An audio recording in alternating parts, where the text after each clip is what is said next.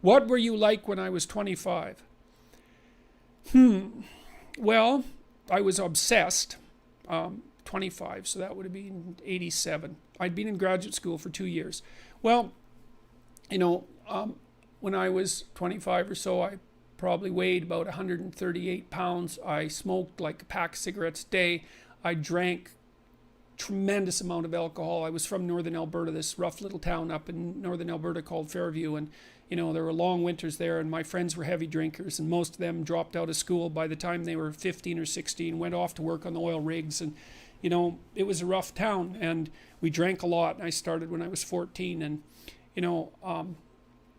and so I had a lot of bad habits, let's say, and things that were, and I wasn't in great shape physically, and I was also still intellectually obsessed by, as I am now, and so that would have been in 85. But I decided around then, about 85, 84, something like that, maybe a little earlier, that I was really going to try to get my act together, and so I started doing that. First of all, I quit smoking. Well, that took a long time because I eventually had to quit drinking too in order to quit smoking, and I started working out, started playing sports, which I'd never done. I was a small kid. I'd been skipped a grade, and I was a small for my age, so sports were never, especially team sports, were never really a domain of expertise for me. Although I skied and went trapping with my dad, and went cross-country skiing and camping and all that. So, but when I went to graduate school, I started swimming. the first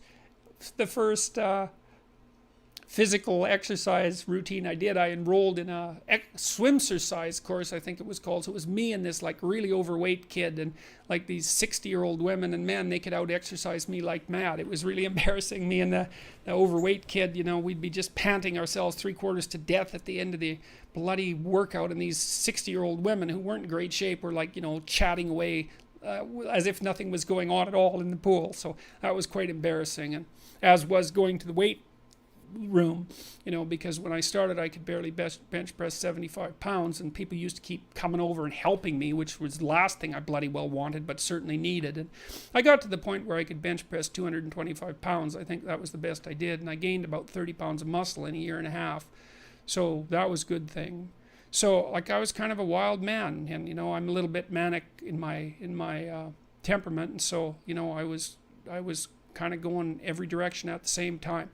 So, and I don't regret that. I had a fine time when I was a kid, but I needed really to get disciplined, and I had to do it because I was working on these hard problems that that I've been discussing with all of you, and I've been working on them really obsessively since I was probably about 18, maybe even earlier than that, and got to the point around 25 when I was in graduate school trying to get my PhD, so doing all my research. Like I published 15 papers by the time I graduated with my PhD, which was I think by a fairly large measure the most papers that any graduate student at that time had ever published at McGill. I think that's right. It might have been twice as many, or maybe twice as many, maybe even 3 times as many.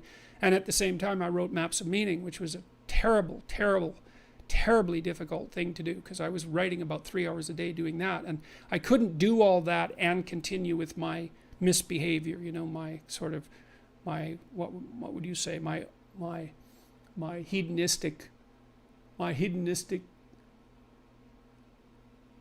massive hedonistic consumption of alcohol and all of that. I just couldn't keep it up, and also work seriously on the issues that were at hand. So I had to stop. That's a sacrifice. I had to stop messing about and straighten myself out. And I got married. Well, the woman who's my wife, Tammy, who I've known since she was 8 years old, she lived across the street from me in this little town called Fairview, and I was in love with her like the first time I saw her, which is quite the bloody thing.